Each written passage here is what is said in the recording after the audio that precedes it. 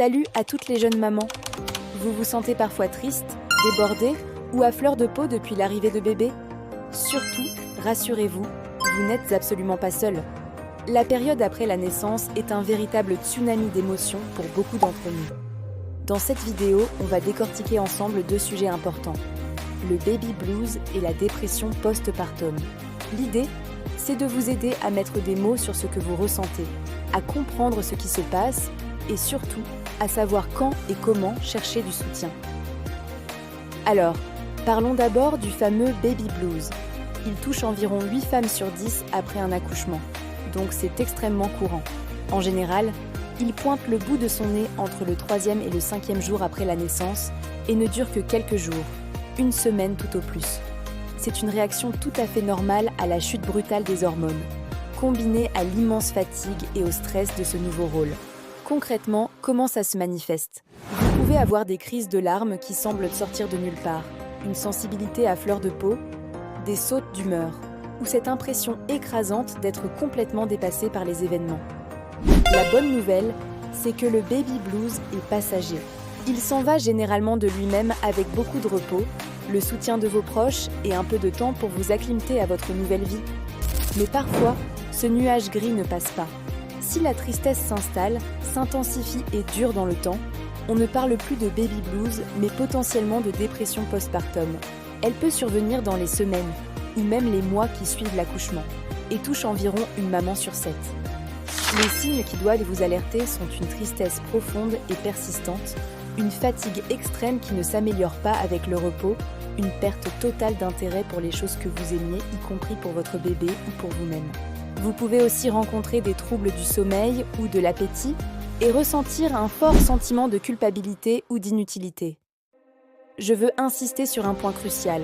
Ce n'est absolument pas un signe de faiblesse, mais une véritable maladie qui se traite. Il est donc essentiel de ne pas rester seul. N'attendez pas pour en parler à votre médecin, votre sage-femme ou un psychologue.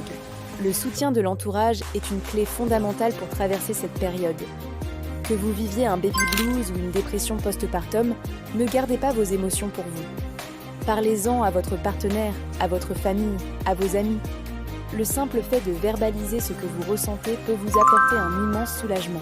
Et pour les proches, votre rôle est tout aussi important. L'écoute bienveillante, sans jugement, est primordiale. Proposez une aide concrète pour les tâches du quotidien, comme préparer un repas, faire des courses ou s'occuper du bébé pour que la maman puisse souffler. Encouragez-la à se reposer, à prendre une douche tranquillement, à dormir.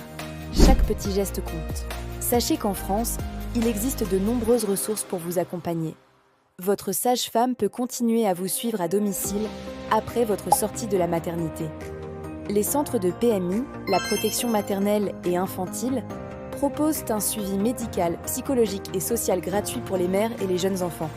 N'hésitez pas à les contacter.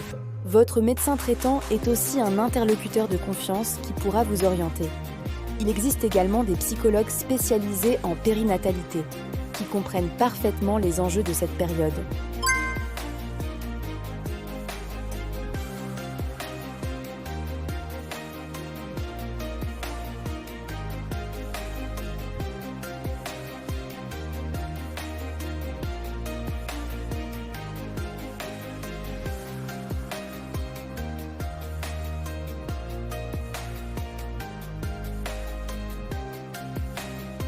Pour finir, retenez bien ceci.